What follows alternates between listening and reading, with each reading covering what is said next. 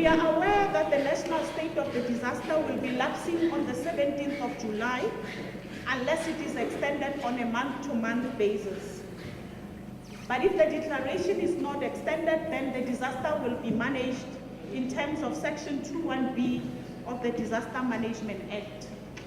Now, I'd like to come to the issue of our institutional architecture in the province, how we are managing and coordinating. We have the Northwest Provincial Disaster Management Coordinating Committee at the political structure. We also have the Disaster Advisory Forum at the technical structure, which we have strengthened by ensuring the HODs are they sit on that structure at the technical level so that the turnaround of taking decisions of what happens on the ground would be faster. We also have the district and the local disaster management advisory fora. We also have the provincial disaster management center, the district disaster management center, and the local disaster management center. So that is our structures on how we are managing. This disaster has come at a cost to the province, which we have gone, as we had been directed to go and review whether the costing is realistic and what does it entail. We also have a slide in the presentation which we are breaking down the details of the costing of the expenditure as well as the need of the funding that is required in order for us to rehabilitate the area. In terms of the road infrastructure, for the entire province, we need 4 billion rands to deal with the extent of the damage of the rain and to rehabilitate the roads.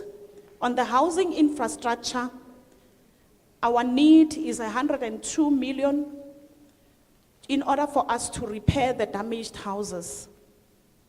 And then out of the 102 million that we require to fix the damaged houses provincial-wide, including Dielpan, we have been given already 54,928,000, which has been received from the National Department of Human Settlements to fix the houses in the Dielpan area and other areas as well.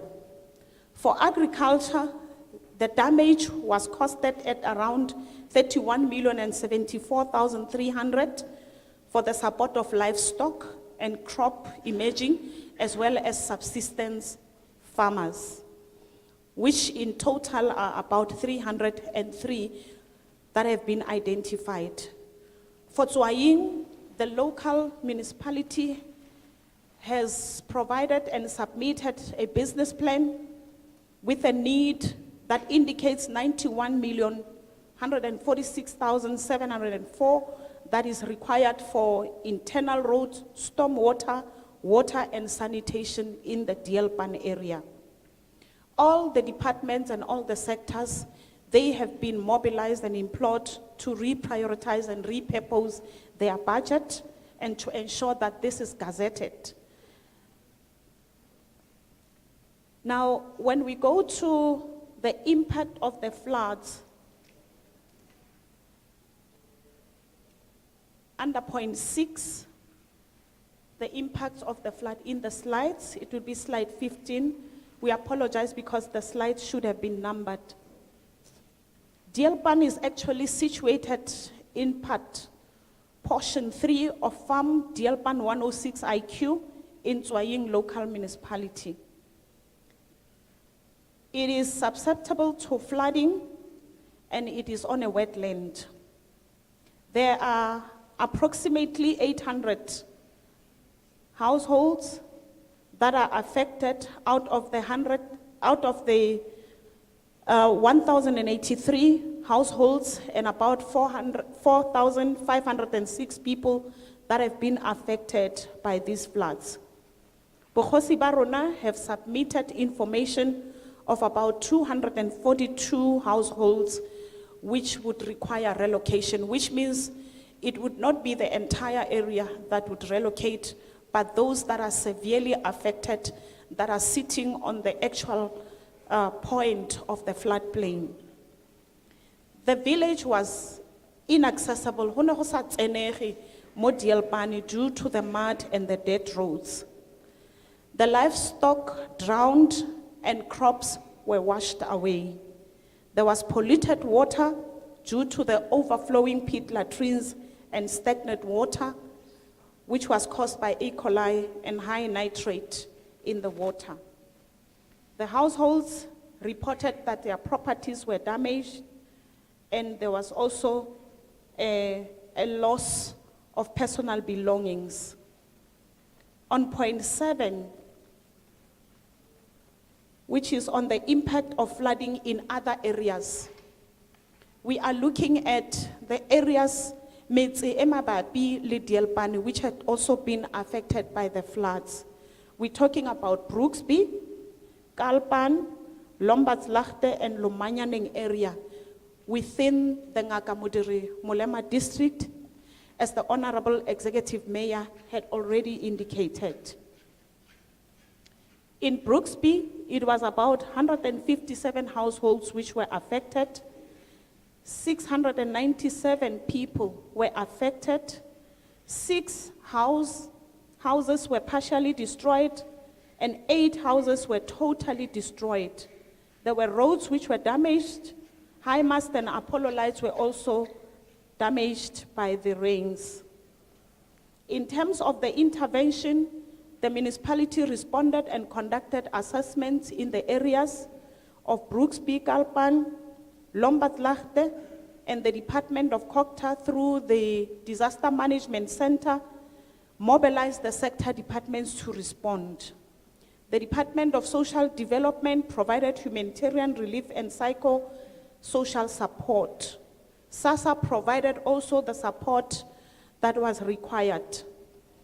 In Kalpan, there were 56 households that were affected, 142 people which were affected, 1 household completely destroyed. So the families received assistance from SASSA, and in Lombatslachte, there were 70 households which were affected, 165 people that were affected. 50 families received assistance from SASSA, and the Office of the Executive Mayor provided food parcels for social relief.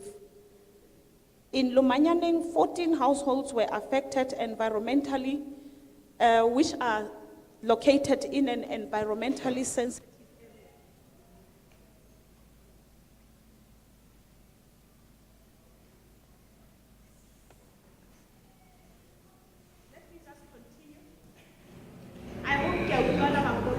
I'll try and project my voice. The Department of Water and Sanitation did a water testing as well and found that there were 9 household wells and boreholes which had possible contamination from the Bophelong water treatment plant. Under point 8 of the Department of Human Settlements, here we are looking at the households which need to be relocated. The Department of Human Settlements has conducted a geotech study which confirmed that the whole area of Deelpan is situated on a wetland and will continue even in the future when it is raining to experience the floods. Therefore, alternative land was identified, which is called portion 00 of the Farm Deelpan 106, measuring 198 hectares, which has been identified as an alternative site. The subject property is also accessible through the road, which is called R375. This property is approximately about 700 meters from the salt pan, which is within an allowable, tolerable distance. Kore ya khona gore e ka fitlhega gore ha ena matsapa gore batho ba ka fitlha mo go yona e gaufi. The property has a gentle slope and then the topography and the drainage of the area is suitable for human settlements. The property is also drained by means of the surface flow and the runoff of water, which has been checked. And in terms of soil description, this property has got mixed type of soil. So the actual construction on the alternative land will start on the 4th of July and expected to deliver about 100 units per week, because we have contracted 4 contractors which have been appointed using the 54 million allocated budget for human settlements. The next slide actually shows the land which is called the alternative land for relocation. There are some recommendations which are made concerning this alternative land. The recommendation is that the affected area is recommended as a temporary solution that will cater for affected households, and the tribal authority has already provided confirmation on the availability of the land. There will be urgent environmental studies which will be conducted in order for us to know that this land is actually okay. But in as far as the preliminary studies which are done, this land has been found to be suitable. There is a high-level relocation plan, as we have said, that has been done, and it will be then used for that purpose. In conclusion, we are concluding that the portion of Deelpan 106, measuring 197 hectares, can yield approximately 3,700 stands, and it can accommodate the affected community. And there are stormwater manholes that are adjacent to the subject property, and it also has electrical power lines adjacent to the property.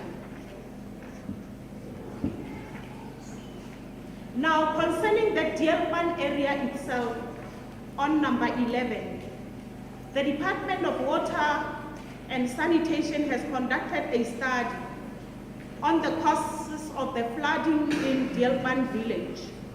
And the study has revealed that this is a wetland.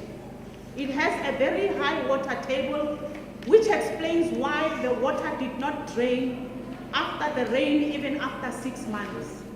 Because the underwater table was also filled to capacity, and as a result, the water that came from the rain and the water that came from the underground water table was the one that exacerbated the flooding in the area.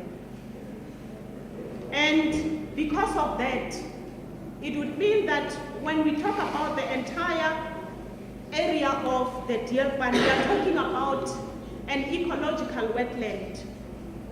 And there is, for now, a drainage solution which is sought, but in the interim, there has not been a drainage solution that has been found for a wetland.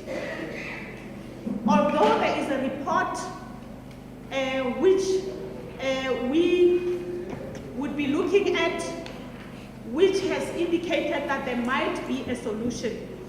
Once we get that report, then the whole issue of drainage of Deelpan will then be resolved. Now we go to point 12 on the issue of the budget allocation and how the budget has been used. We start with the Department of Social Development, which has used the budget to evacuate those that needed to go to emergency housing shelter, which were about 3 structures that were used. And the department is continuing to provide support. The department is also continuing to provide humanitarian support. There's also advocacy program in the Dearpan area that was done on the week of the 29th of May to the 3rd of June. The department has also identified 2 women SMMEs to be supported.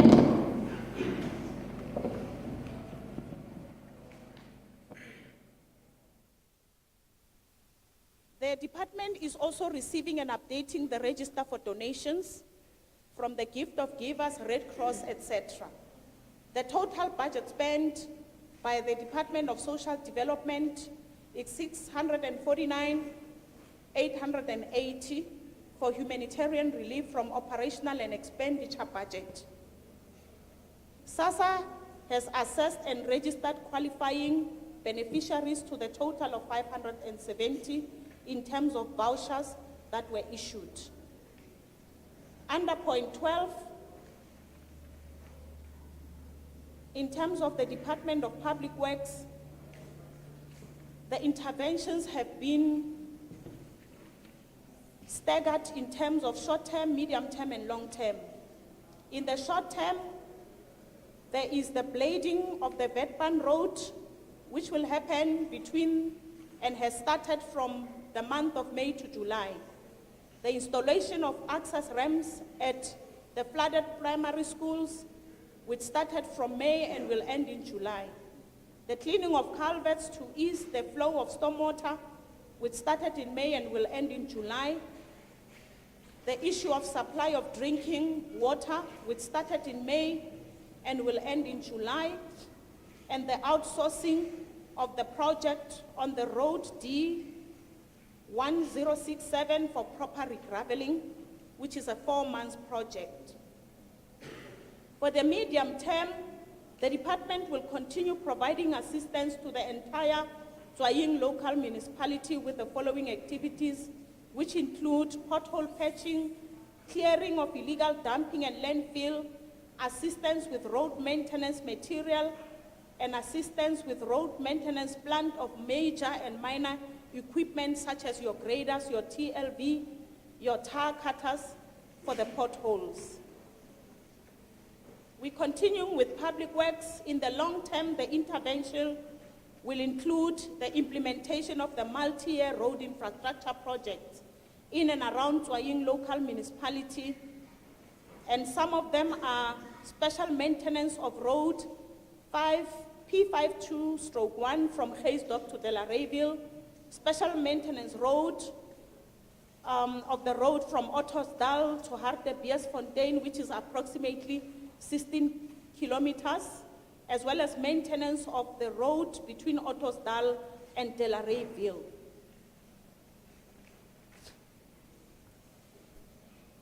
In the month of March, we are indicating that the Department of Public Works has been in this area after the heavy rain and worked together with Tswaying and Mafikeng local municipality, and we're monitoring the roads and the conditions closely, and where necessary, the plant was made available to address the water problems.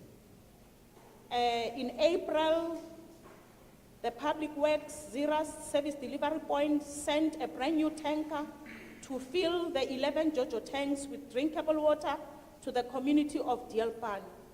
That tanker is about 12,000 liters of capacity and has been transporting water 3 times a week to the area. There are about 24,000 liters of water which were delivered to Dearpan on Monday, on Wednesday, and Friday. 16 culverts were assembled in front of the school waiting for the water to dry out and a proper entrance to the school be done. In the month of May, from May 1, the tanker has been transporting water on a daily basis as indicated, and about 527 liters of diesel have been used. The roads team started to work on the school entrance to assemble about 16 culverts There were necessary resources and material which were gathered until the rain could have subsided at that time.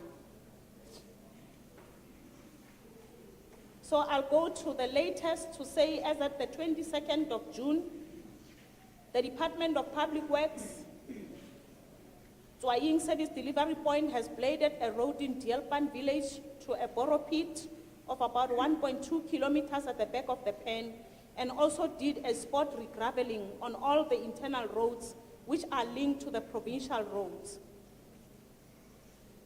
The Department of Public Works also further bladed 2 internal roads in Dielpan, amounting to a total of 4.3 kilometers. The department is currently busy with spot regraveling of roads that link Dielpan to Mooipan. And as schools will be closing and has already closed from the 24th of June, the department has started with installing 6 culverts until the week ending on the 1st of July, weather conditions permitting, to improve access to the schools. The resources and the plants that are used in Dielpan include a TLB, a grader, a tipper truck, small ride-on vibratory roller, big vibratory roller, and diesel, including 6 operators. We have pictures which shows the roadworks that are unfolding.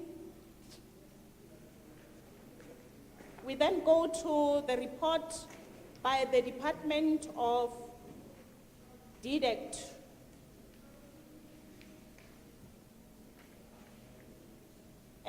The department has done a desktop analysis of the area to confirm sensitivity of this area, which was then followed by an inspection in loco, and the conclusion from both exercises was that the area is highly sensitive.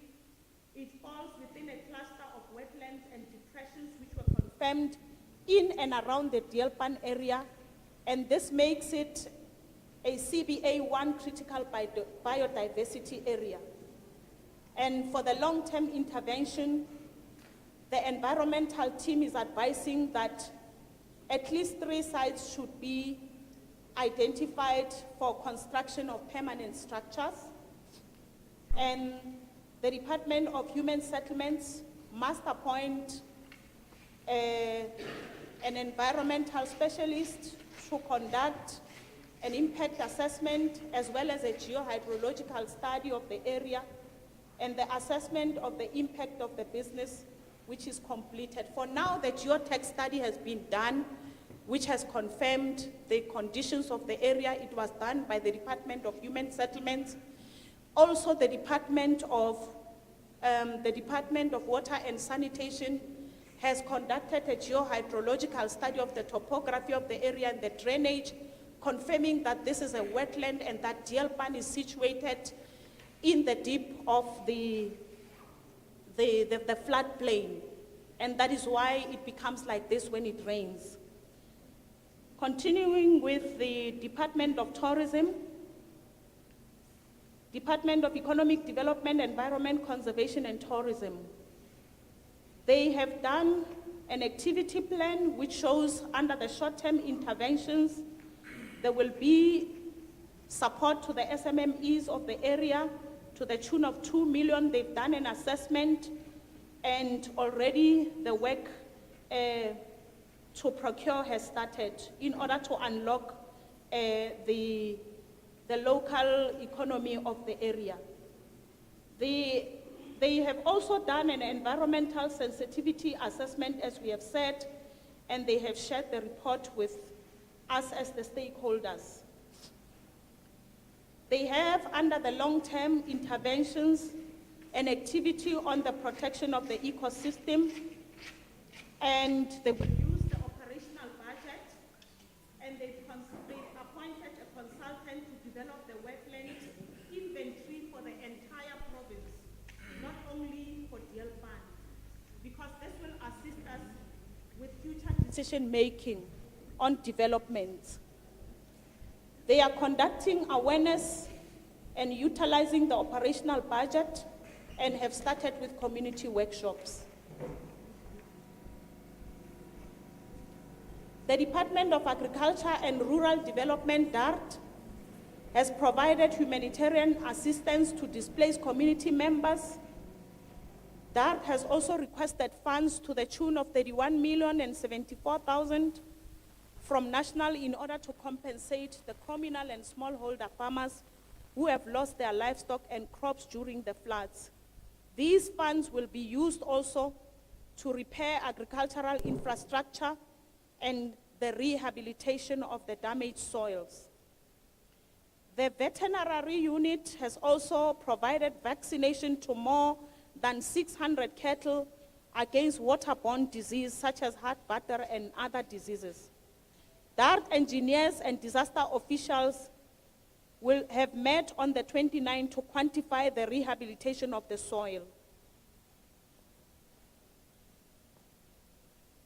The Department of Health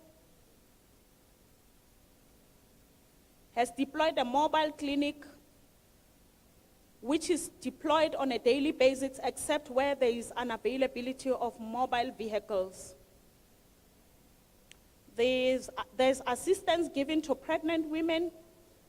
There's allocation of rescue vehicles on site where services are needed. There was a testing of water done to conduct health education and recommendation on the treatment of bulk water. There's also progress on the functional home park, which is an alternative building material structure for the clinic, where there's electricity connectivity that is in progress. Borehole has been drilled, septic tank constructed and connected, and also the resourcing in terms of people who will work in this facility. They've also issued pamphlets on the safety measures on the boiling of water before the people can drink. And the Department of Home Affairs has been providing a mobile office in Deelpan.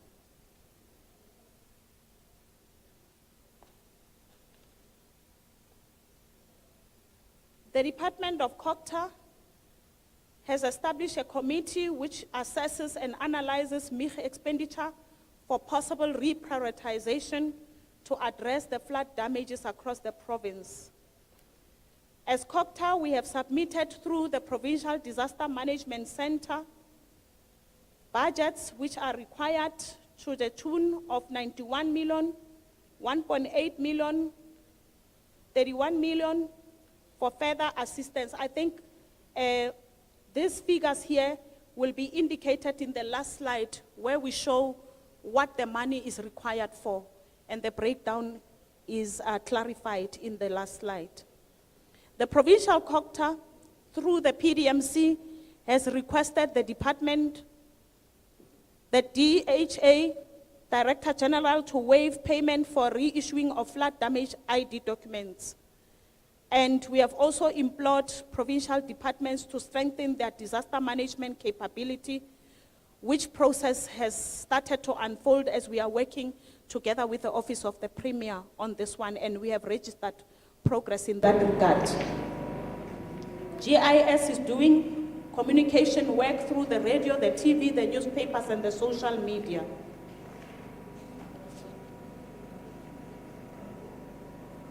On the interventions and progress and budget allocation by municipalities, Ngaga Mudir Mulema has utilized 7,955,901 for food parcels, blankets, mattresses, rain boots, sanitary pads, etc.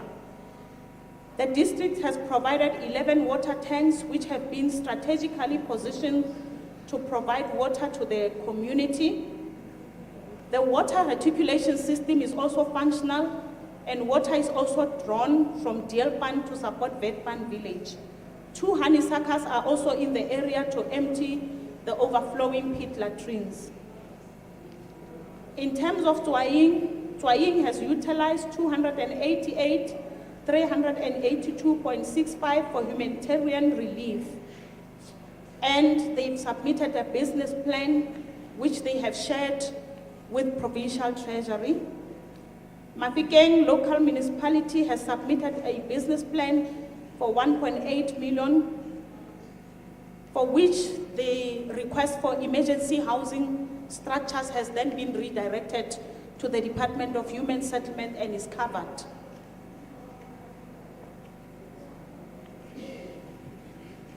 Now, in terms of the funding for disaster management, we have undertaken that departments will repurpose their budget and do reprioritization. They also have the option of using their operational budget, which in some instances has also been indicated.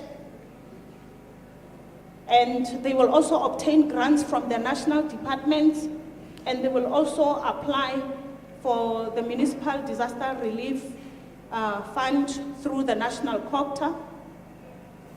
And also that departments should set aside 1.2% of their budget for disaster management as per the national and provincial disaster frameworks.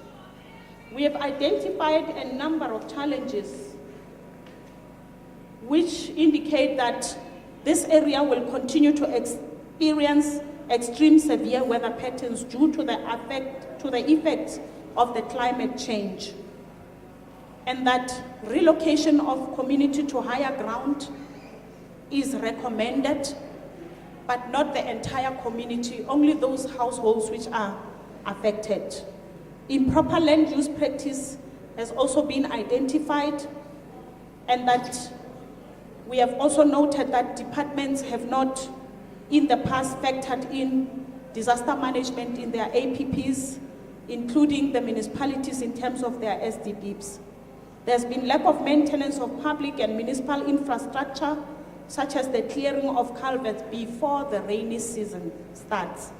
There's been water pollution due to overflowing of pit latrines, and also not utilizing the opportunity of water harvesting, rainwater harvesting tanks.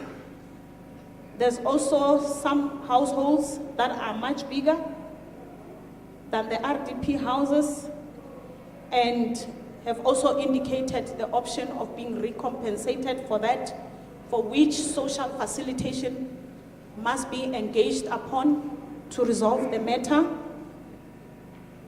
And there was some delayed response by responding agencies when the emergency of the disaster was reported. In terms of remedial action, we have indicated that there's been land identified which should comply with SPLUMA, and that sector departments will then conclude the process of their APPs, including the municipality, to increase the number of mobile toilets and to encourage communities to put water tank harvesting, especially for Department of Human Settlements, and that there should be social facilitation to strengthen the communication between the community and government, and also to include the turnaround times, for which we have also, as the department, assessed the plans of the departments in order to check that they are responsive to disasters. Now we come to the last but least slide on the budget and the expenditure summary. Human settlements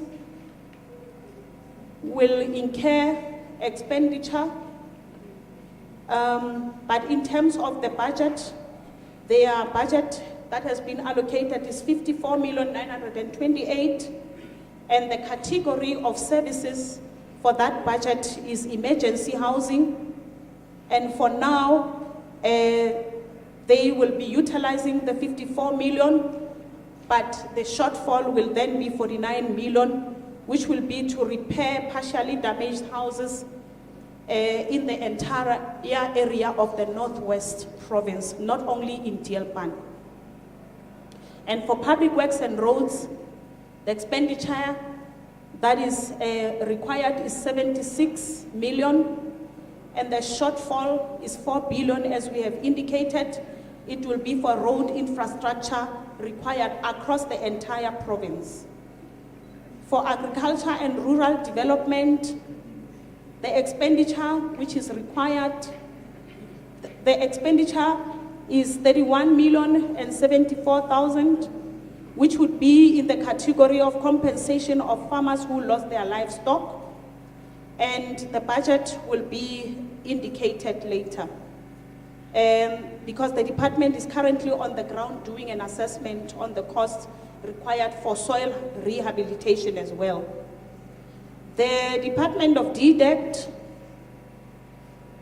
needs about 2 million, and this will be for procurement of flood damaged tuckshops in the Deelpan area, and the department is currently busy with IDC to provide financial support to the affected businesses in the area. The Department of Social Development, the expenditure is 649,880 for humanitarian relief. The department is using part of their operational budget for that purpose. Ngaka Mudiri, the expenditure required is 7,955,901, and the category of services has been specified in the report before we came to this slide. And I think we'll indicate in the report again. For Tswaying, the expenditure has been 288,382 for humanitarian relief, and the shortfall is 91,146,000. The money will be used for stormwater, water and sanitation in the Deelpan area. For Mafikeng, 1.8 million for emergency housing, and the shortfall is 1.8 million, and this will form part of the Department of Human Settlement allocation of the 54 million. We recommend that the ad hoc committee will note the report and deliberate on the content, and also note that as a province, we have directed all the departments and municipalities to include disaster management plans as part of their APPs and as well as part of their SDBIPs for 2022-23 respectively and beyond. Thank you.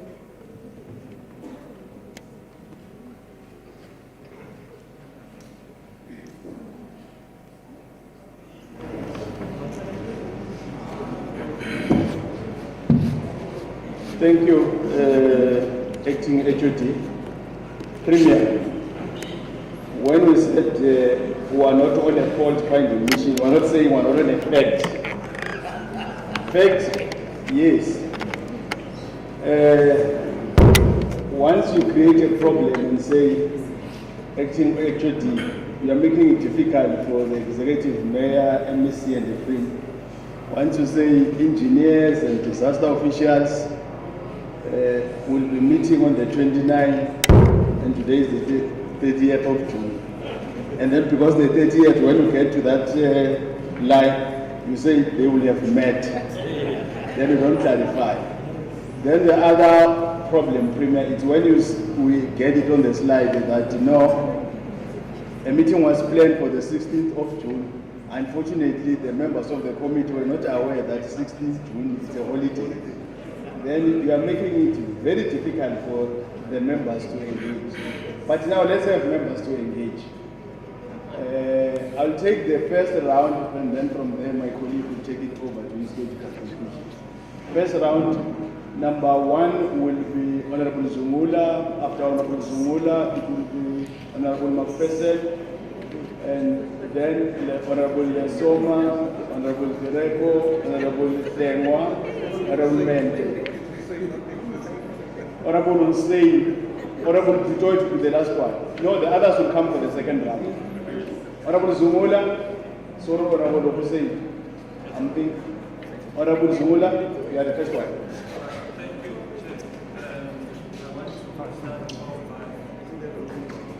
Try your rally voice a bit or come. Yes, I think you have a romantic voice. Chair, mine is to first particularly about detailed planning. the slides talk about how it is situated in a wetland, meaning as it currently stands, that is a disaster waiting to happen. And you're saying that there's an alternative site that has been identified. However, on your slide that talks about the remedial action, you state there that a relocation is recommended. Now, I don't know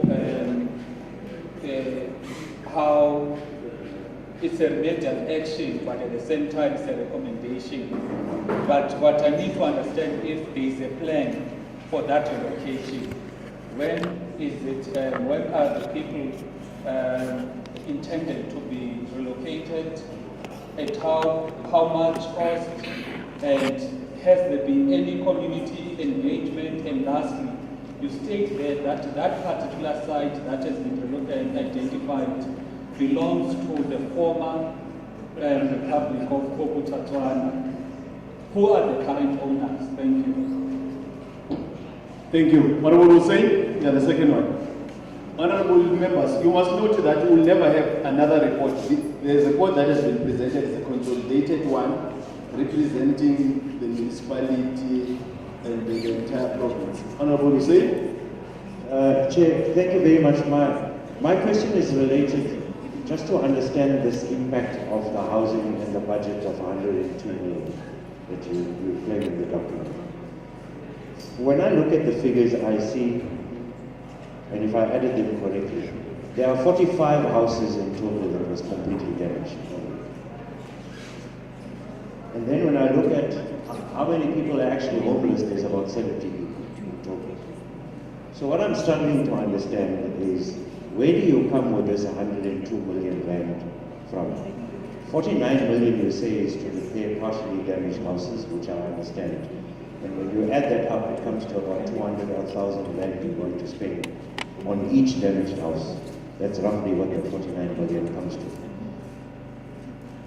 And then I want to understand, of that 54 million that has already been allocated to build new houses, how many houses are we getting for that 54 million? If you can maybe just explain that, maybe if one sees it on the ground, it's better.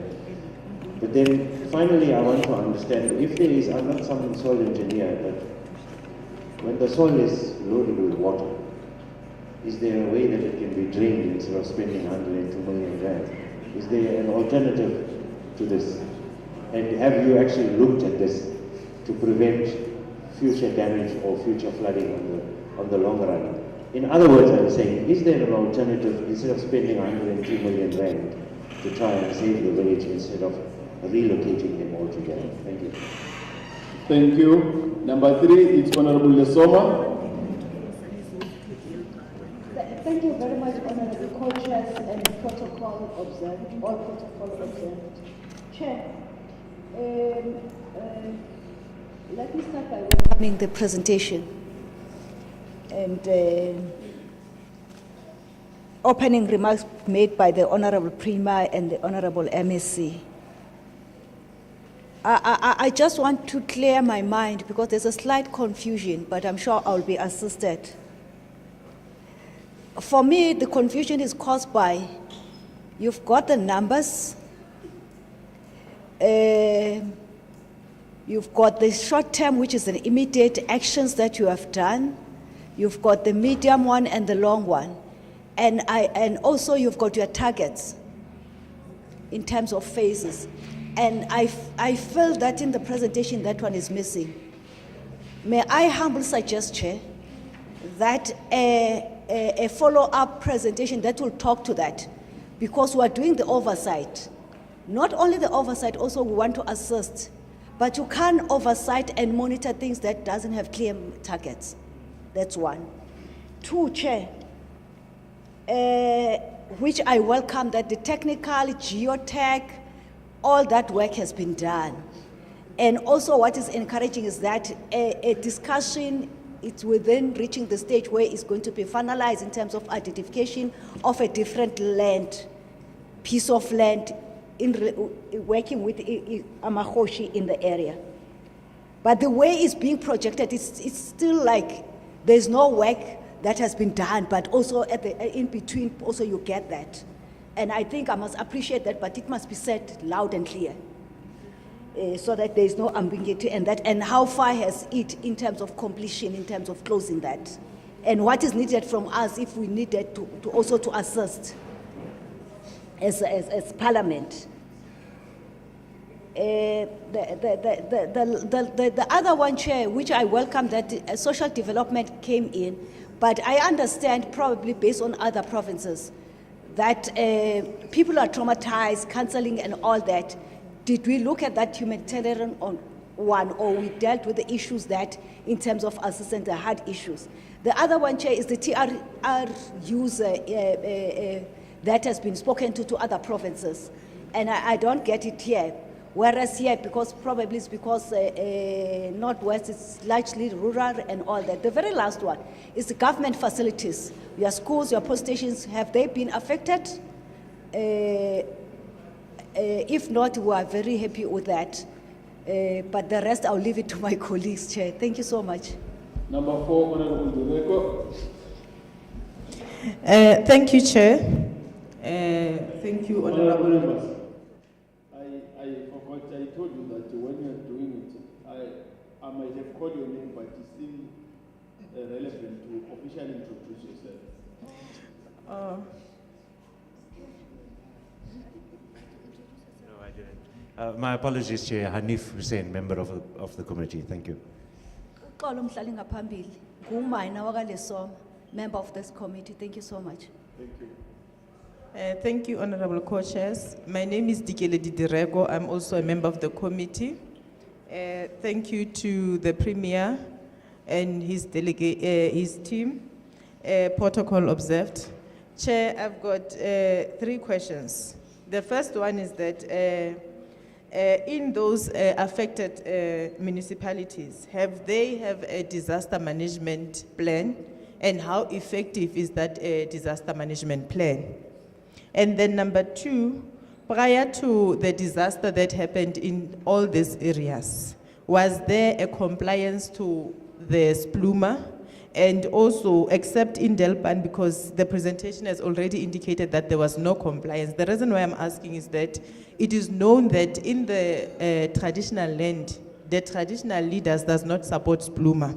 So in this case of the disaster, how are they going to deal with the matter when they are coming up with a plan to prevent this disaster for a very long time? And how are the houses located in the low-lying areas in this area? And the last one, Chair, is that most of the affected villages in this disaster management are already suffering from poverty, and they rely mostly on agriculture and food security. So what are the impact of the disaster on agriculture and food security? And what is it that the government is going to do to assist this community in terms of the food security and agriculture? Thank you, Chair. Thank you, Honorable Dureko. Honorable Hlengwa. Thank you very much, Honorable Chairperson. My name is Mkhuleko Hlengwa, a member of this committee. Honorable Premier, MECs, Mayor, Nkhuleko Ndlunkulu and colleagues. Chair, it's 2 questions. On slide number 14, there's a road infrastructure of 4 billion rand, province-wide, including backlog. That's the clarity I want. Because in appreciating that there's a backlog, that backlog is not our purview. And so I think there is a need to break down these figures for us to be disaster focused and disaster relevant. Otherwise, Premier, we may end up taking over the state of the province in its entirety, and it's not our competence. I raised this chair in the context which now moves on to my second question. Have there been applications that have been sent by the affected municipalities to National Treasury? And what has the response been? And I'm sure we can get this in writing, because, Chair, it becomes relevant for our meeting with Treasury in particular. And if you note the responses that we got from the Minister of Finance when we're in the Eastern Cape, it's quite clear that there is a disjuncture between what municipalities are doing and what National Treasury is actually doing. So why then I was starting with the issue of the backlog is that those applications would have to be disaster focused as well, in terms of the requests that are being made. So I think, Chair, can we request that this gives us a holistic picture of the provincial challenges, but I think we are better off staying in our lane. Thanks, Chair. I can't recognize her because I saw her, she's wearing something different. The next one is Honorable Mente. Masibulele mhlali ngaphambili. Nguntombo Viomente, ilungu lekomiti. Kuyabanda Chair. But yeah, at least abanye abantu bayabona. No, Chair, I want to pick it up from where Uhlengwa left it, because in Landela, we're going to be calling this province to account on these figures. We serve in Scopa, and figures are our thing. You seem to be giving us very huge numbers. And as far as DLPAN floods are concerned, these figures are far too much. And they do not really speak to what is it that is going to happen or to be done for Abantu Base DLPAN. One, I need to warn and caution Premier and your team. We need not to think that our people can't do anything for themselves. They only need to be assisted. Now, you have alternative land. Already the question has been asked in terms of what's going to happen. But my fear is your time frame already is too long. And you are not telling us exactly when are you finishing that process. Having so many people that are already displaced, there is also no accountability of where are they now? What are they eating now? Who is servicing them now? That's very important, because if we know that aspect, we then know how quick should we move and how much. But one thing that Honorable Suma and Honorable Hlengwa were asking about, now I'm going to say it must not happen. You can't address your backlog with a disaster, Premier. One take a disaster and then no address a backlog. I'm sure Ukhoshi is not happy. You have people, there is a picture there, Chair Frolic, of houses immersed in water. And then you want to take their matter and address it with the people who have potholes, but they have homes. It's two different matters. It can't. Can we have a budget of DLPAN? When is it going to be allocated to DLPAN? When is going to attend to the people of DLPAN? Where are they now? Who is servicing them now? What are they eating now? And when will they get new homes? Thank you, Chair. Thank you. Now, Honorable Dutoit, Honorable Baha, Honorable Manu will be part of the second round.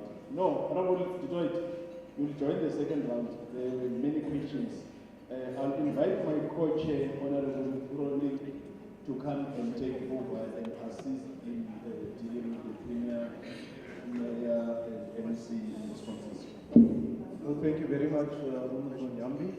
There's a number of questions that have been posed by the delegation, and I will now invite the Premier, the MEC, as well as the official that they will delegate to respond to the matters that have been raised. I think there's some disturbance, it seems, at the back.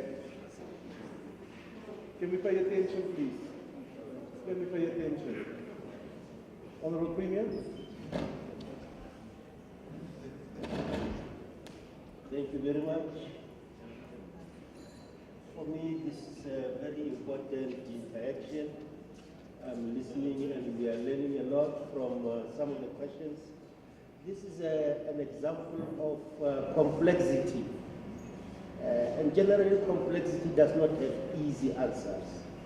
This has never happened that the whole town is immersed in water.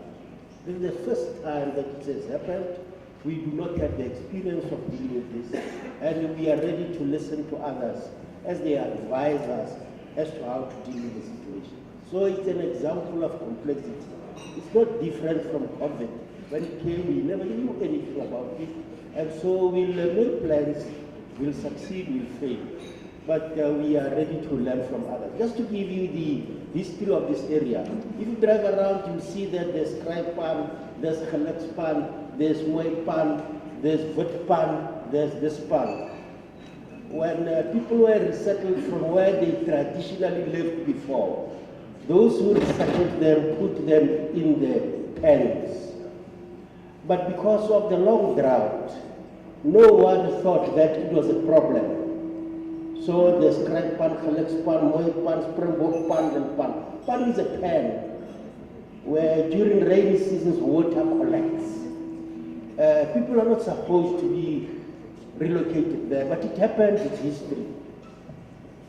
And so we are dealing with this thing. Why did this thing happen here?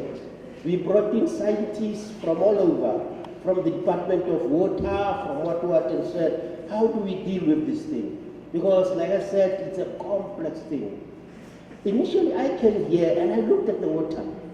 And I looked at the borders of this lake that was developing in the village.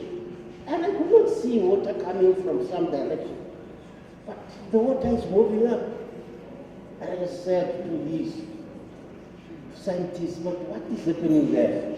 They said the thing is recharging. It's recharging from the underground. As rain is falling in Brooksby, in Mafikeng, even the underground is being refilled. And the water is recharging because this is a pen.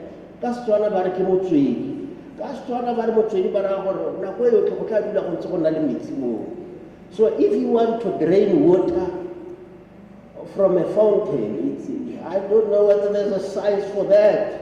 You know, to drain water from a fountain, how do you do that? That is why the whole discussion is around relocation. It's around, can we relocate people? It's not an easy thing. When we started, people said we don't want to be separated from our graves. We don't want to be separated from our ancestors. So we must be careful. You can't rush. Say, yeah, the house, come, move. Can't do that. We are not inheritors of that type of behavior. But one other thing which is also a problem, even with COVID, are we recreating dormitories for residents of villages? We are going to create a dormitory. A dormitory is a residential area, no work opportunities, nothing. No recreational facilities, nothing. What are we recreating? So this is a challenge. People are pushing us, say, move quickly, but we are thinking, but these people are here, the majority of them are unemployed. How can we combine this disaster with some positive development that will create jobs here? And they say to me, hey, well, you're too much of an idealist. Let's just build houses. Whether we're creating new dormitories like it was done in the past, we'll answer that question later. I'm just saying this to indicate to you, we welcome the questions, we welcome the suggestions, but this is a complex thing that has never happened anywhere else in the world. And so we are trying to deal with it. We welcome suggestions, we welcome views, we welcome ideas, but we are all in this thing. We're a mentor. We are all in this thing together. Thank you. I'll hand over to the MEC to answer. Premier, before you order. You see, I want to remind the members of parliament, they are aware, but the members of the legislature, councillors and guests who are here, that this is a meeting of the committee, right? So we want order in this meeting. Because of that, I'm going to request, I've been made aware that there's refreshments at the back, that we stop this thing with refreshments while the Premier is addressing issues, the MEC and others respond. We will do it when we conclude the meeting, right? So put the refreshments on hold until we get the opportunity. It's a very important engagement. I think refreshments are not a priority at this stage. There are people living in water outside. Let's prioritize their issues. The MEC.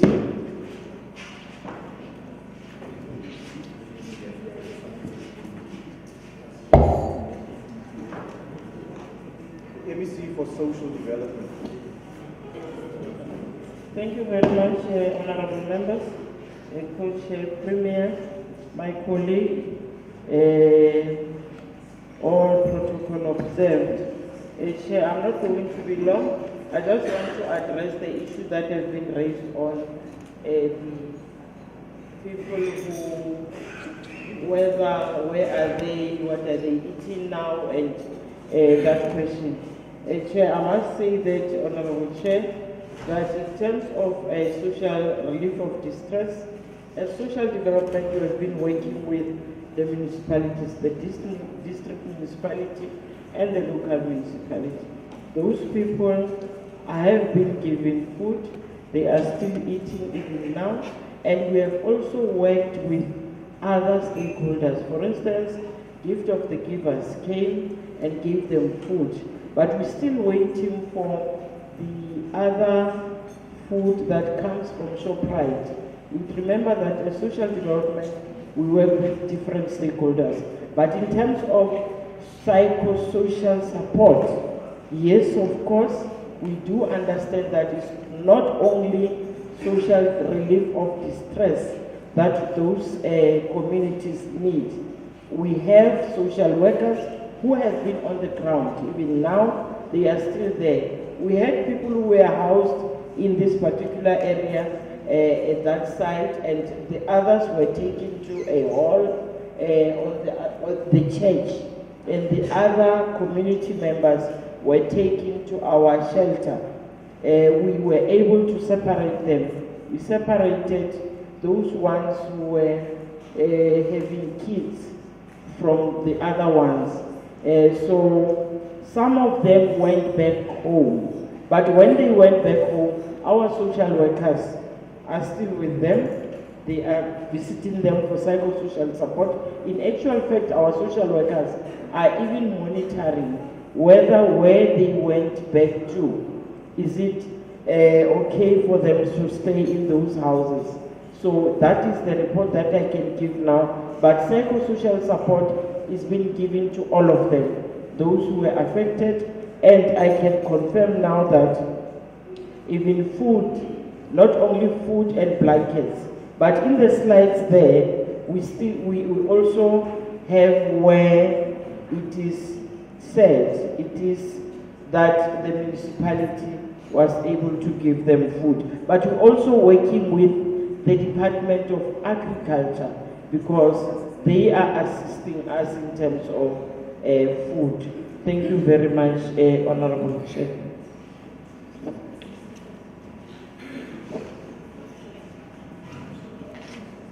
Thank you, MEC. MEC of Corporate.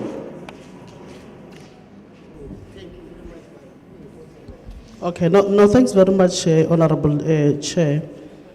I'm going to respond to one or two, and I'm going to also allow the acting HOD for Human Settlement to talk to specifics in terms of your 50, how many houses for 54 million rand and so forth. But on the issue of the alternative land that is available, that is the area where normally water do not necessarily stay in there, and is as per also the assessment that is made. It's a bit upper area, which is not far from where we are. As you come from Mahikeng, it's on your left side, which area has been identified by Khosi, and assessment were made in that area for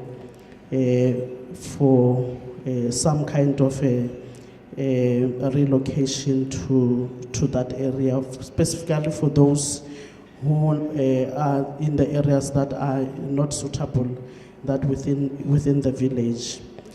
The issue of relocation, I think the Premier tried to indicate how sensitive, emotional is this matter. When you talk to it, you must be you must take into consideration what the people and how they will respond. Now, how we have been throwing it to them as and when we visit, we could see that they are not necessarily buying that. To be honest, they are not necessarily buying the view of relocation because of the reasons that the Premier is indicating. How we've been here for a long time and so forth and so forth. Now, much as we are discussing it at our level and engaging also with the Khosi, it's a process, and we must allow our people to understand it in the context that government is putting it before them, so that they also are able to then buy into that. But we also must indicate that part of our discussions that is also unfolding, I think the district mayor will confirm, is that at some point there was some indication that says that there are engineers who said how we can then redirect water that is flowing to this area and so forth. So we are looking at both the reports and whether we would finally then have to come to this community and say we have done all we could and the only solution remains relocation. So that then as and when we engage with them on that matter, would have done all the processes and all the studies that we think should assist us. Because what we have heard is that Metzia Broxby flowing down here more for a simple reason that more So we are looking at all those, and as part of reporting, Honorable Chair will then indicate how far are we and what also is the response of the community in that. I think the issue of Spluma, correctly so, the Honorable Member is correct, is the issue that Makhosi Banan lead reservations on it, but we are engaging also, especially through our House of Traditional Leaders, on how important is this and how do we really need Makhosi, and we are also giving them examples of the situations we are finding ourselves in as government together with them. That would also include your DLPAN and other areas. And we must indicate and apologize. If you look at the presentation, it has indicated structures that are coordinating the disaster management. Now, in those structures, some of the municipalities feels that much as DLPAN is in this situation, we have been having situations in your Daum, we have been having situations in your Moretele, and so forth and so forth. And they feel bad if they are not necessarily included on how are we going to respond to that. But we must indicate, as Honorable Member has indicated, I think Honorable Lesoma has indicated, we will then separate the presentations, but also talk to specific targets and also specifically to DLPAN, so that the committee is able to get what is it that we are planning and what are our targets in terms of the DLPAN, so that we separate them from the other areas that the other teams of the disaster management have been saying.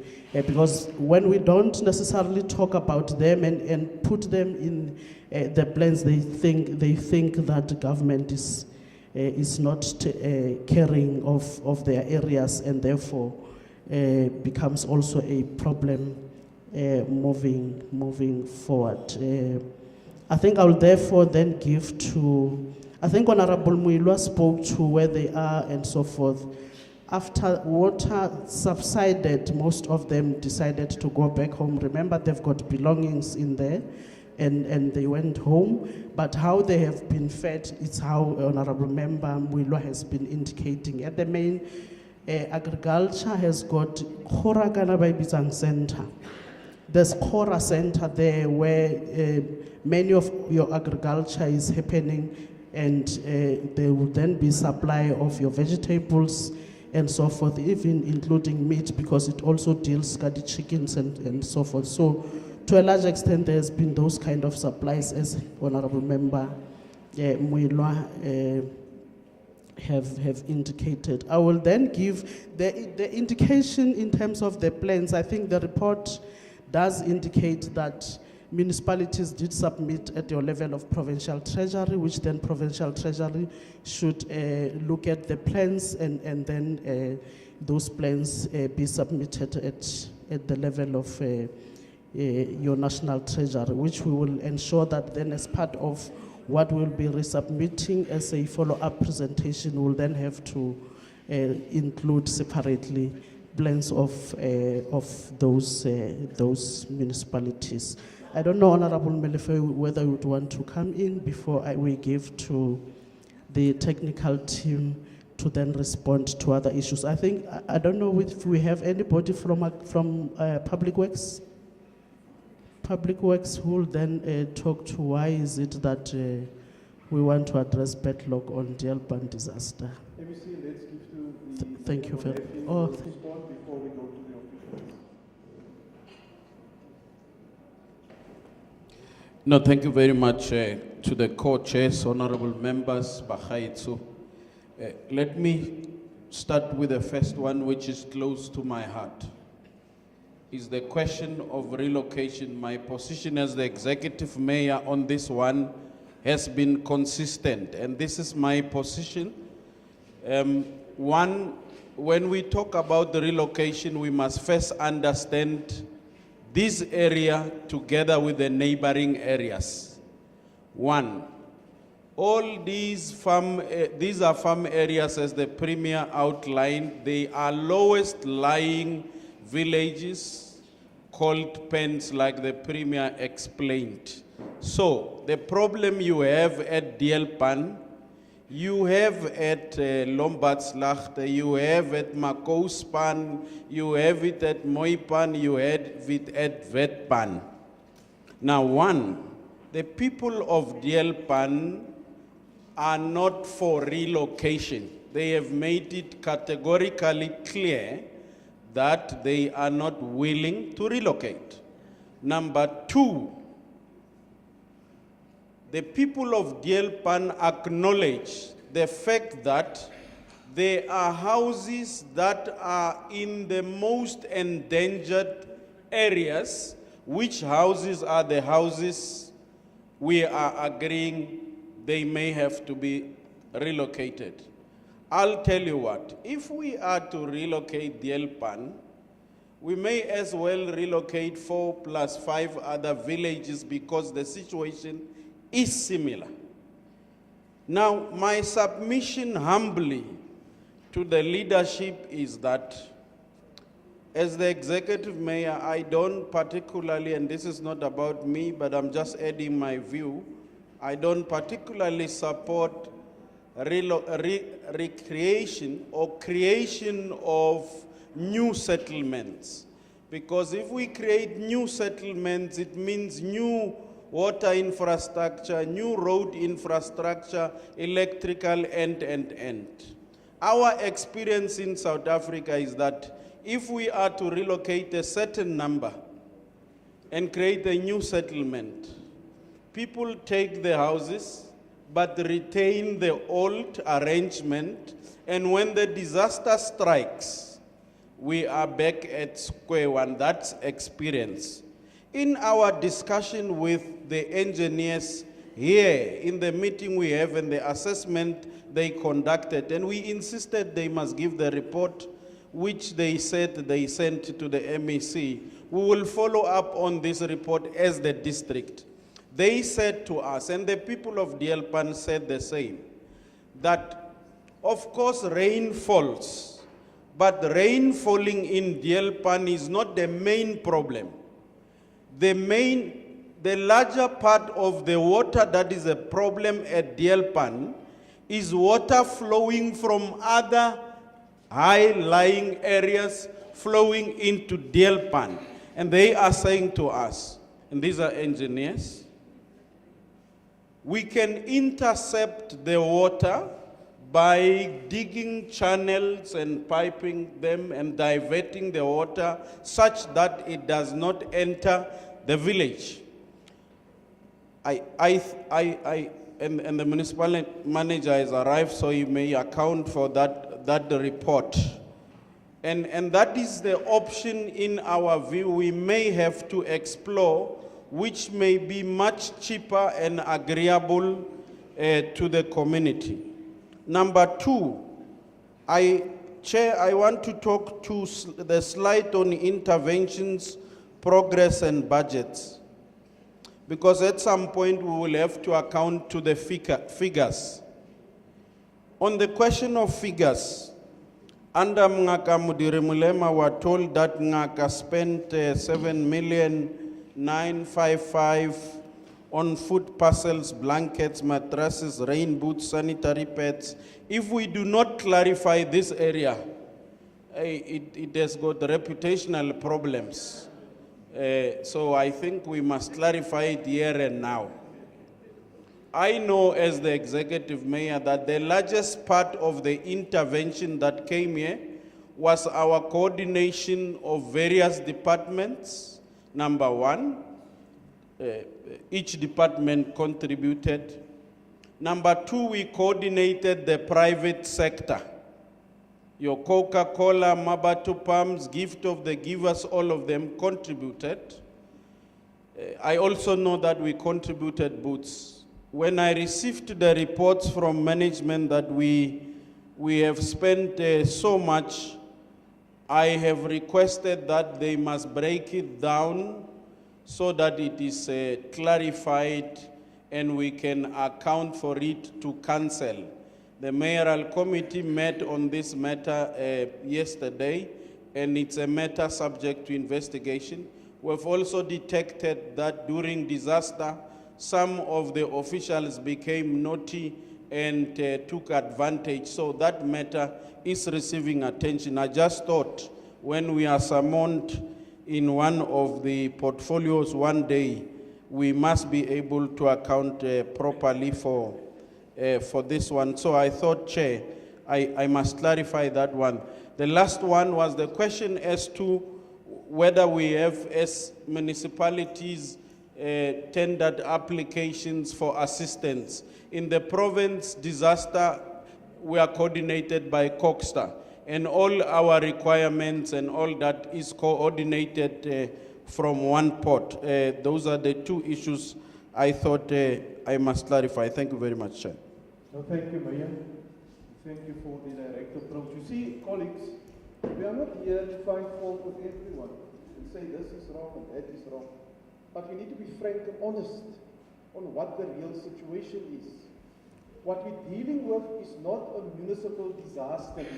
It's a national disaster that was declared by the President. And really, at times you find there's a lack of urgency in terms of dealing with the situation that our people find themselves in. And it's only through straight talk and say, this is the situation. We have submitted, we have received support, or we have submitted, and up to now we are still waiting. The private sector is not the government in the country. There's an elected government, and the government has a duty and obligation in terms of the Constitution to be responsive during times of these type of disasters. I now invite, is it the HUD, or just very briefly, because we don't have a whole day to listen to the presentations. We actually want to go out and to go and see what the real situation is. So keep it brief, please. No, thank you very much, co-chairs, Honorable Premier, and all protocol observed. I'm just requested to speak to the issue of the budget as it relates to the issue of housing. Just to clarify that for Delpan, including Broski and other areas that surround Delpan, the allocation that we receive from National is 54.9 million. And that is intended not necessarily to construct permanent structures. It's temporary structures, considering that people have been displaced. They have nowhere, they are staying in crèches and all of that. And that money, it will allow us to put about 300 units that will be benefiting not only Delpan. I want to emphasize that, to the point that the Executive Mayor was raising, is the other bunnies around the area. Now, on the alternative land, we have identified alternative land for temporary relocation. It's not for permanent relocation, while there is continuous engagement of the leadership with the community and the COSI on the issue that relates to that. And that exercise also covers other funds that we have already started, where we have assign the HDA to do the work. Now the difference of that, which is 49 million, that is the money that is going to address the disaster that happened across the province before the Delpan issue, Premier, where we have to do, to build RDP houses and also for ratification of other structures that has been damaged. So when the presentation was put together, it was put together on the overall application that we made to National. But just to confirm that of the 102, we only received 54.9 only for the disaster in Delpan. For the 49 million, we have not yet received. Thank you very much. Thank you. HOD. Thank you. I think that when the question was asked concerning the figures for each department, we had the figures for expenditure and also the figures for the shortfall that needs to be funded. I think that when we go and improve the presentation, we will then separate the figures like that.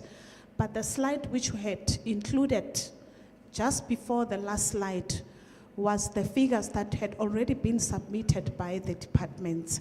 And that is how those figures were then put in this presentation so that we can understand what are the overall budgets that are with the departments and where are the shortfalls. Departments were given 3 options, either to repurpose and reprioritize, or either to then approach their national department, like Public Works already approached their national department and has also then spoken to Treasury with that process. And then also either then to use their operational budget. For example, you'll see that the Department of Social Development used their operational budget for some of the needs that were then done for Delpan. Thank you.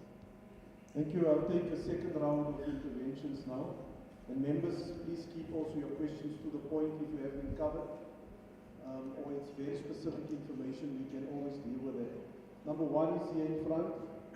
Number 2 is the Honorable Tutue, number 3 is the Honorable Mantu, and then number 4 is the Honorable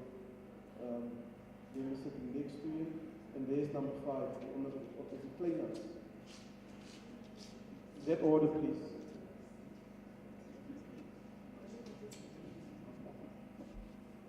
Thank you, Chair.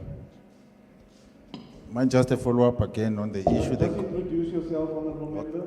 Okay, Sam Zandamela, member of this committee. Thank you, Chair. Mine is just a follow-up again. The issue of the land was not clarified.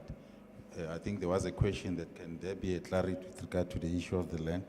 I see there's also a submission of a business plan by Mahikeng municipality. It's in the presentation. Is it also part of the disaster in Delpan? Then there was the last one, it was the issue of this, there's a land that has been identified. I've seen there's work happening, grading of roads and all those kind of things. Is there any work that's being done in the new land where the people must be relocated in terms of construction of roads and other things? Thank you. Thank you.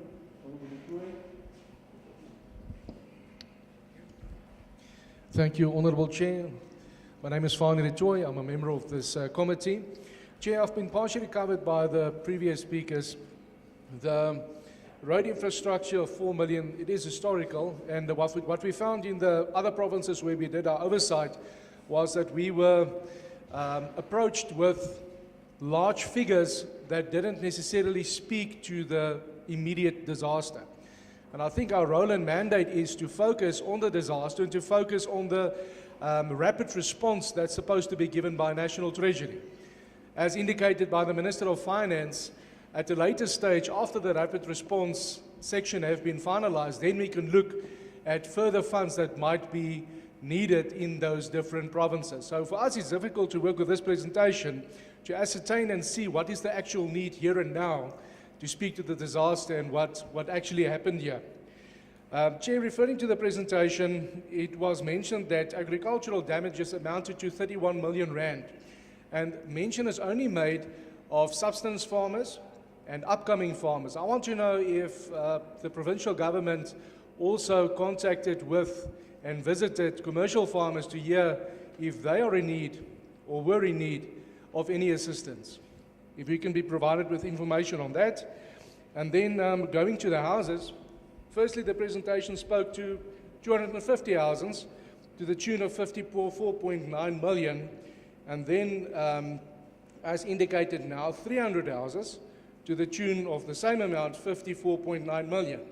Now if you break it down, it's a cost of 183,000 Rand per temporary house. Now, in the other provinces, Eastern Cape and KZN, a temporary housing unit can be erected for an amount of 68,000 Rand. That is the ceiling amount. Now, we are erecting temporary houses for 183,000 Rand. And the cost of an RDP house is 110,000 Rand. So the provincial government must explain where these figures come from. What building plan is being used, who is the contractors, to allow these funds to be spent that is a lot higher than that is the norm in the country at this stage. When we go to tourism, I appreciate the fact that SMMEs are supported, but I also want to know when the floods came, areas in Bloemhof was affected. Tourism entities had to be evacuated. People were without work for quite some time. Did the provincial government contact those people as well that were affected negatively as a result of the floods to ascertain and find out whether they were in need of any assistance and were any assistance given to them? That's all from my side at this stage. Thank you, Chair. Thank you, the Honourable Manku. Thank you, Chair. Good day, everybody. My name is Lisa Mangu. I am the member of this committee. I had a lot of comments about whether it's a disaster or whether it's floods that have been exacerbated by all the things that have been said. And I think the district mayor was directly in that direction, because we must know what we are treating. Because if we come with a national disaster that has been declared temporarily till July 17, even if you put it till December, if you are not going to address what the mayor was talking about there, you will declare another disaster. But that is just a generic comment. The first question, or maybe my second comment, maybe Premier, what for me is of concern, I hope to you too, is that the water here you said was 6 months. The first provincial joint flood coordinating committee meeting meets for the first time on the 9th of June. The water was there for 6 months. The first meeting is the 9th of June. Something here is terribly wrong. The second issue is what the Honorable Co-Chair has already mentioned. On the next meeting, which was to be on the 16th of August, they didn't know it was a public holiday. Well, even if it was a public holiday, if you are dealing with a disaster, does a public holiday really matter?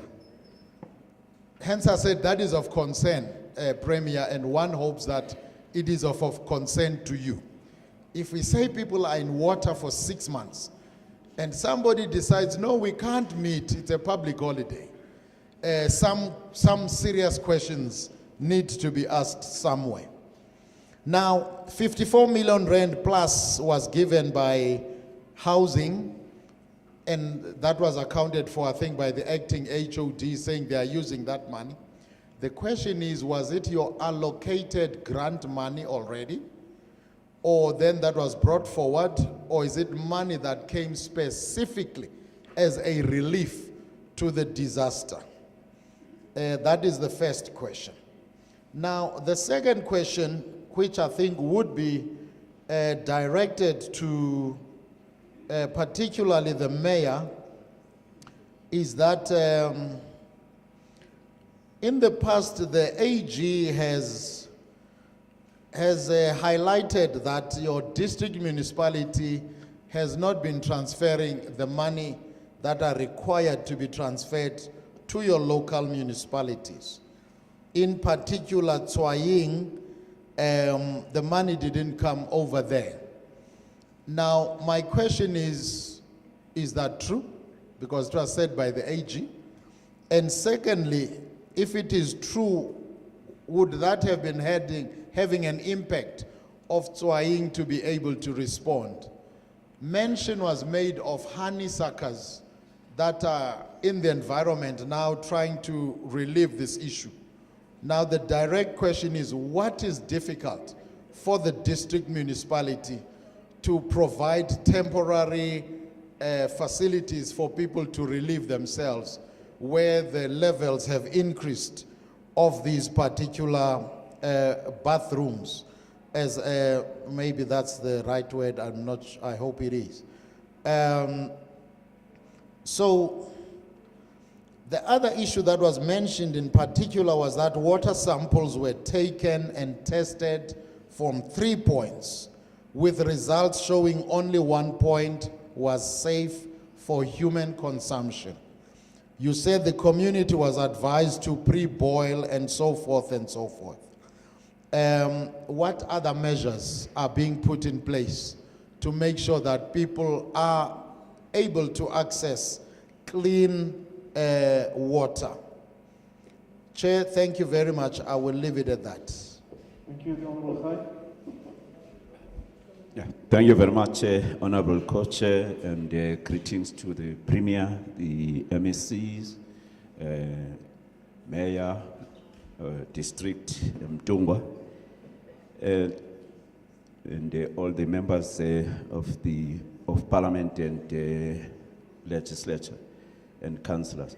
Chair, I think the first start for me would be that with regard to another report that is going to be made available, that all the total figures that have been given to us, if in that report there could also be a breakdown, so that the point that is raised by Honorable Mtungwa Mlef could be avoided. I don't necessarily agree that it's only officials that are naughty. I mean, politicians can also be naughty. So that we have all, the breakdown of all these figures. The second question I would like to ask is with regard to I know there's a 54 million rand that comes from the Department of Human Settlements. I assume that is National Department. I want to check what other resources are coming from other national departments other than the National Human Settlements Department. And also in terms of the reprioritization of budgets of the province, how much is the total? I see that departments are asked, or sectors are asked to set aside 1.2% of their budget. What is the total amount coming out of the reprioritization? And also in terms of the breakdown in the total amounts, if we could also have the total amount of donation also with their breakdowns. I agree with my fellow colleagues with regard to other amounts that do not necessarily relate to the disaster. But what I want to find out if there has been application with regard to those figures, for example, around the issue of the road for the whole province, which is about, I think, 4 billion rands, as well as other monies. I want to find out if there has been applications that have already been made with regard to those, and what has been the response. The temporary houses that are going to be built, and there's a land that has been identified. What is the possibility of the same land that it could be used for permanent settlement?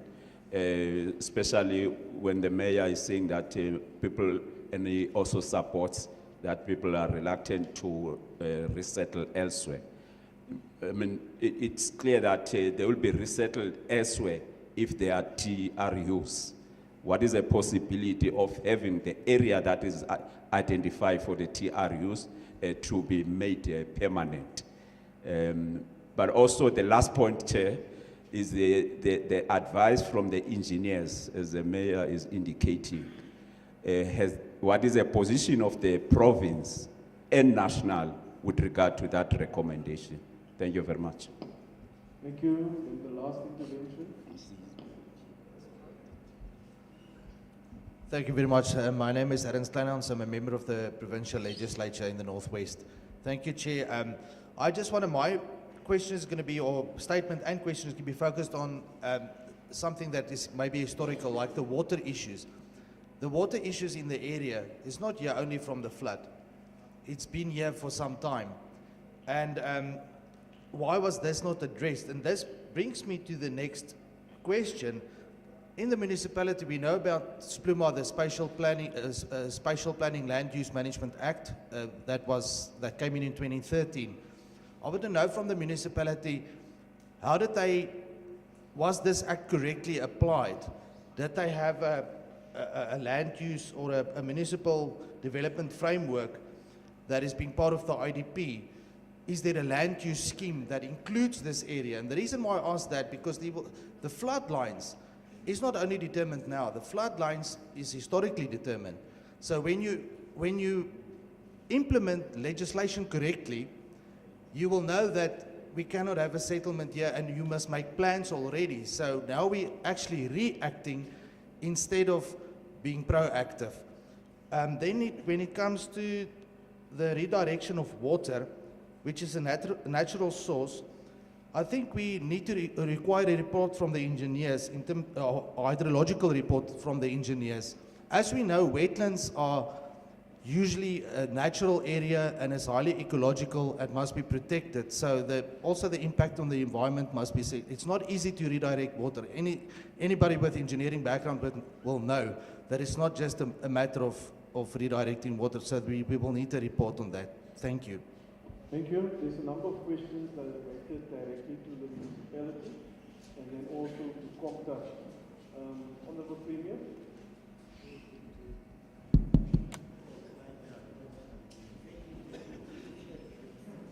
If we just get the microphone to you. Thank you.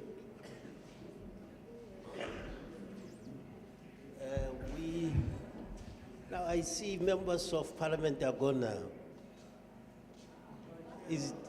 Oh, they gone to the bathroom. No, members of parliament are still here. They're still here. Yes, they are still here.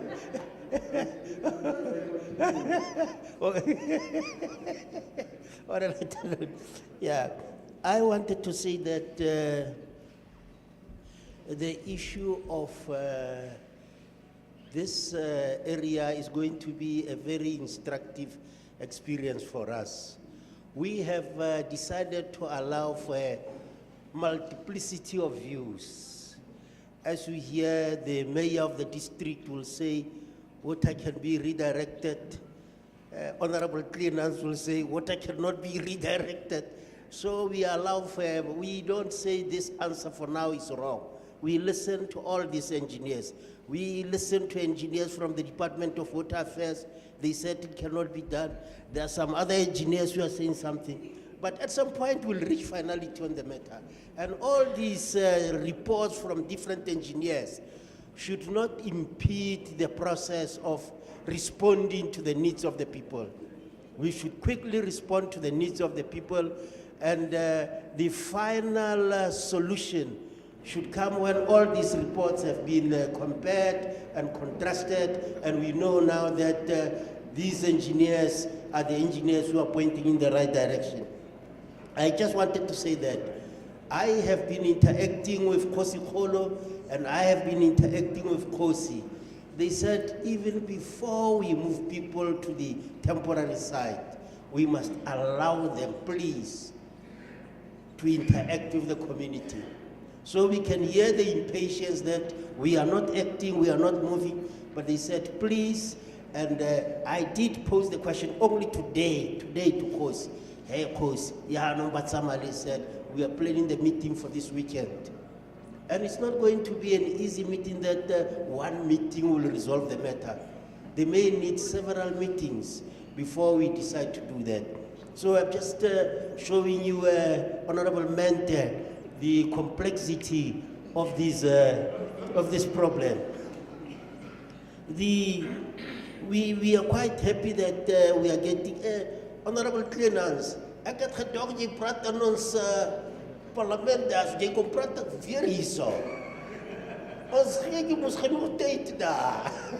But if let's say there's Pluma, you know, these villages were created many years ago. There was no Pluma. And so it's difficult for us to say to the municipality, you know, with this settlement, did you adhere to this Pluma? It's going to be difficult. But another thing that I must explain is that these floods happened throughout the province. In Taung, in Kraipan, in Bujanala. And so as we were reacting, because initially we thought this is a small thing, you know, but it doesn't mean that houses were not destroyed in Bujanala. It doesn't mean that roads were not destroyed in Taung by the heavy rainfalls. We've never experienced anything like this in this province. And so we can't say now we are only focusing on Deelpan. And I think members are correct. When you talk about Deelpan, there should be a budget for Deelpan. But there must also be a budget for Taung. That what are we going to do about houses that were destroyed by the rain in Taung and even in Bujanala. So the problem, I think, is where they combined everything for the province. Even the Department of Public Works and Roads is looking at roads also in Bujanala which were destroyed by rain and so on. Just that point, ek as bly meneer die toy, jy praat van die boere en tourism. Ek dink ek sal dit waardeer as u inligting vir ons kan gee oor hierdie boere. Ek praat met Noordwes Koöperasie en Agri Northwest en so aan. Ek het Boeta die Toy, hy is Boeta die Toy, hy is die familie van jou. Ek praat met hom, maar hy het nog nie genoem dat daar probleme is omtrent die boere daar. Your commercial farmers, whether they are having problems, they've not yet communicated that to me. But if you have that information, we'll appreciate it, and we'll try to see how we can help. I think there's another benefit of this meeting, that you open our eyes to things that we did not pay attention to, and we really have to pay attention to them. But I'll give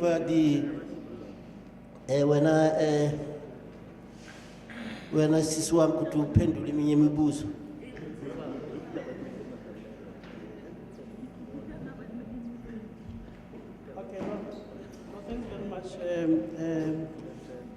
Honorable members, I think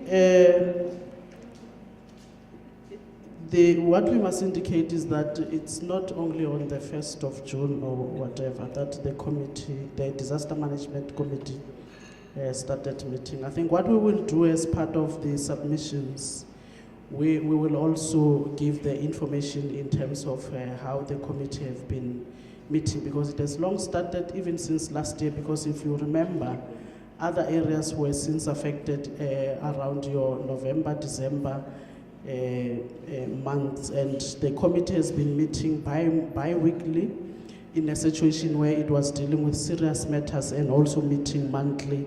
But as of Deelpan, I must indicate that at some point the committee even had to meet on a daily basis, and it was even meeting here, so that it is also able to engage with the traditional leaders and also bring them on board and also get their advices in terms of what should happen. So the committee has indeed been meeting frequently in terms of addressing the issues of disaster. I know for sure that the 54 million rand that we're talking about is part of our grant. We had requested for the National Department to give us an approval to utilize it to then address the disaster situation. It's not necessarily a specific amount that has been allocated for the disaster, but it's an approval as per our request, because it was the second request that we have applied for, of which the first one before the disaster in Deelpan here, we had made an application which unfortunately was not approved, And then on the disaster of Delban, we further motivated why we needed the National Department to approve, and we then got that approval. I think on the samples of water, Honorable Khumalo will talk to that one if it was not covered in the Premier's report. The Bloemhof people, we did visited business people in Bloemhof during their situation, and I know that the Department of Economic Development was also engaging with them in terms of how best is that department also going to assist them in the situation that they are experiencing. Part of, I think, it's what we will form the discussion in the meeting that the Premier is talking about with the traditional leaders. We'll then be looking at that possibility if indeed that report that Honorable Executive Mayor is talking about will be availed to say, engineer's report says we can do something rather than to relocate people. Then we can start talking about that piece of land being the one that we then can permanently relocate the most affected household here to then that area. But at the time we were discussing and finalizing our presentation, we had not yet given that engineer's report, and we could not commit ourselves into that because we as the Disaster Management Political Committee, we did not have that report on the table, and hence the Honorable Mayor also is saying the municipal manager would then have to avail that report so that it then forms part of the discussions by the Disaster Management Committee moving forward.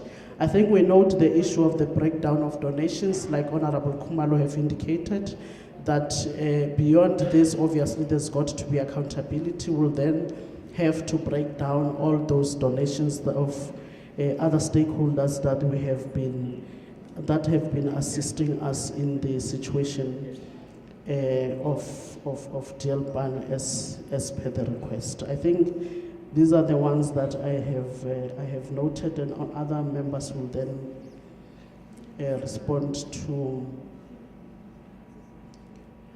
other questions as asked, Honorable Chair. Thank you very much. Thank you, MC. Mayor Khumalo. Please do it as you did it previously, to the point. No, thank you very much, Chair. I'll certainly do that. Let me set the record straight. I am Mayor Molefe. Khumalo is a name with me. Thank you very much. I just want to respond to the questions raised by Honorable Manu. On the question of clean water, our water infrastructure was affected. When it was affected, to Anisakas, so they do assist on that.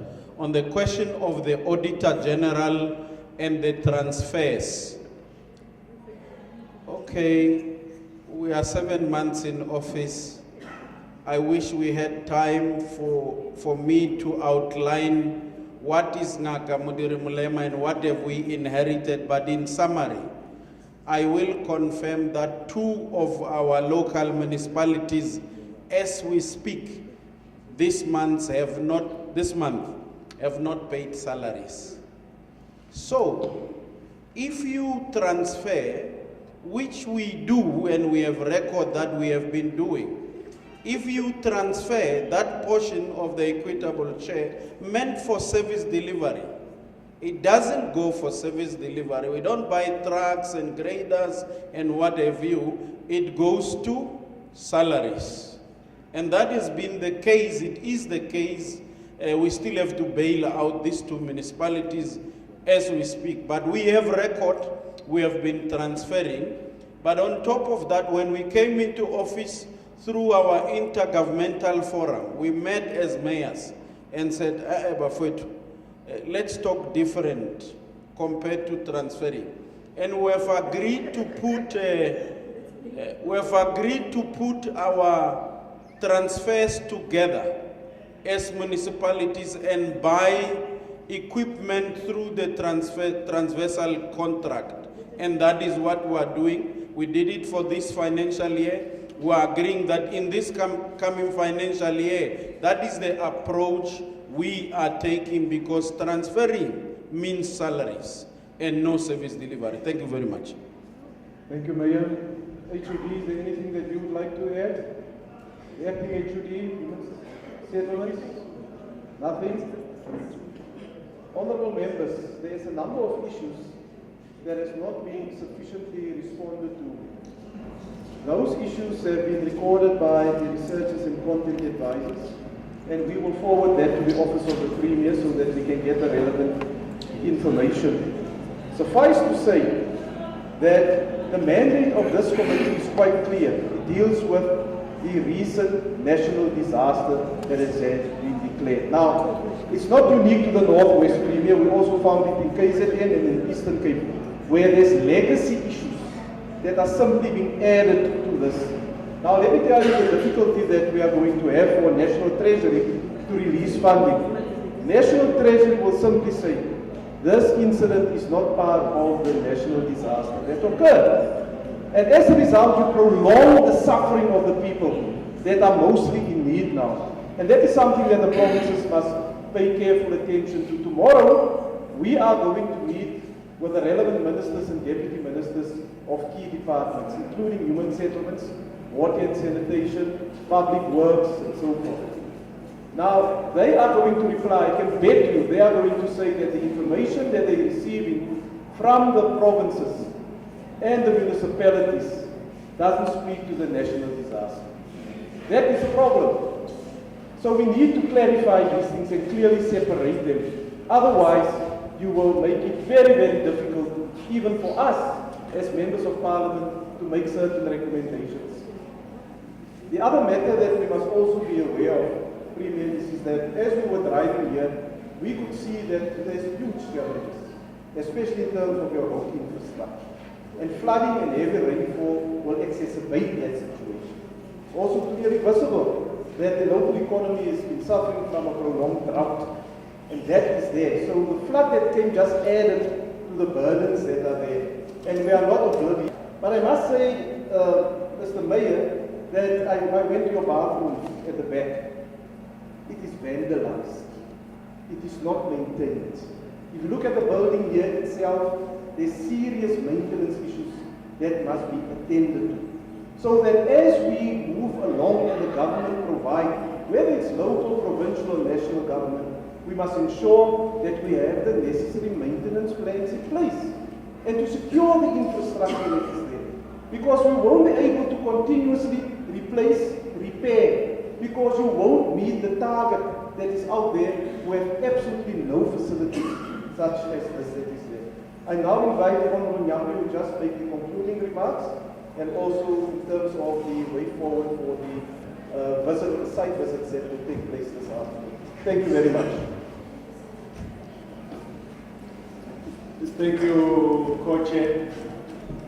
Now let's take this opportunity to thank you, Premier, MEC, Executive Mayor, his Royal Council, and everybody present in this meeting here. Now, Premier, it's time now to get to the site so that we can make sense of the situation. We've heard the presentation. We avoided getting them to Cape Town because it was going to deprive us an opportunity to have a practical experience so that we can speak with authority. We may normally say in the absence of perception information, sometimes perception becomes a reality. And to avoid that, it's fortunate we're here in Northwest. We're expecting the relevant people. No will be leading us. They have that information. The Councillor January will be taking us to the venue. Colleagues, I've been informed that they've organized some tea and juice, so we don't want to contribute to another fruitless expenditure, especially when Honorable Clewa is here. So take it for granted the information that we got Premier. And of course, my colleague has indicated that there are issues that can be taken outside this meeting so that we can be seen to be assisting the process. And we indicated when we started that tomorrow we are meeting the Minister of Finance and Public Works, Women's Settlement. So the information is going to come handy to us so that we are asking the relevant question to speed up the process where our people are facing their situation on the ground. Nothing beyond that except to allow us quickly to grab whatever that is available in everybody in this meeting. Members of the provincial legislature, you were part of this meeting. Members of the municipality, you are part of this meeting. Part of what you have to do when you get to your own oversight role, as it was explained by the Premier when the Honorable MPL was raising it, that there's nothing wrong raising it here, and there's also nothing wrong continuing in the legislature to make sure that we assist so that there is safe delivery on the ground. With that, allow us to officially declare that this one closed as we're going to the site, but we won't do it without allowing you, Premier, to have your concluding remarks, because after this one, we are not going to have an opportunity to engage much further. No, I have nothing more to add to express my appreciation for your visit here, to say we are quite pleased to have you around us. You have asked some of the difficult questions. We have noted them, and we will do some research to get the figures right, to improve on the presentation. And we hope that from your researcher, we'll also get a set of questions so that we can respond to that. We appreciate this visit. We, like I said, we embrace this process. We are happy that you came to us, and through you, we think we will develop more effective means and develop a sense of urgency in terms of addressing the situation facing our people. Thank you very much. Thank you very much, Chairperson and Deputy Chair and members of the committee. Thank you very much. Thank you, Honorable Premier. It's always good when we have political principle present, because once we get to a situation where we don't have political principle, it becomes a challenge. As this other committee, we've made it a point that we want to interact with the right people and have administration providing the support. Let's enjoy the juice and tea so that we can be on the side and spend much time